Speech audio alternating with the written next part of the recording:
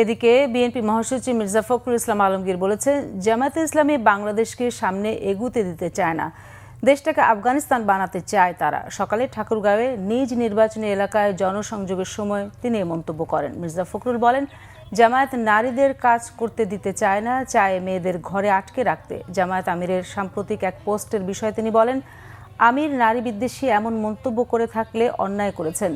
জামায়াত হিন্দু সম্প্রদায়কে হুমকি দিচ্ছে বলে অভিযোগ করেন বিএনপি মহাসচিব।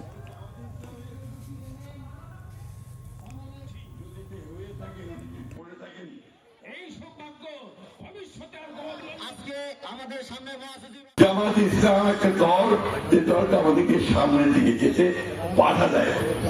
আমরা পিছনে যেতে চাই না, আমরা সামনে যেতে চাই। মেয়ে পুরুষ সমান অধিকার নিয়ে এখানে এই দেশে বাংলাদেশে বাস করবে। বাংলাদেশের জনসংখ্যা মেয়েরা বেশি, ছেলেদের চেয়ে।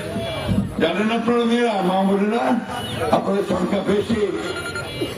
সমান অধিকার ইসলাম ধর্ম বলা আছে, আল্লাহ তাআলা বলছেন যে মেয়েদেরকে তার সমান, তার প্রতি প্রাপ্য অধিকার, সে অধিকার তোমরা অবশ্যই প্রদান করো।